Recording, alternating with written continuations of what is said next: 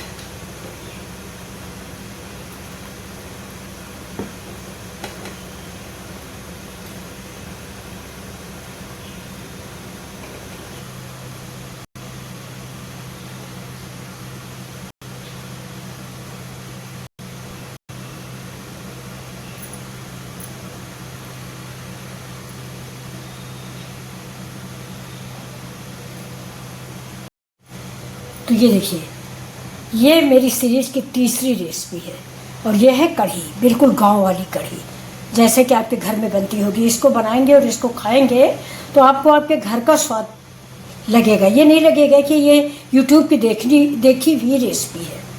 तो ये मेरी सीरीज की तीसरी रेसिपी है, विलेज स्टाइल कढ़ी। ये मना कर, कहाँ बैठे? पंखे पे बैठा तो देखो, तो किधर से निकल गए? इधर से क्या कबूतर पंखा देखो, पंखा भी चला लिए। हाँ, तो इसके अंदर से आ नहीं सकते हैं जुड़वा। ये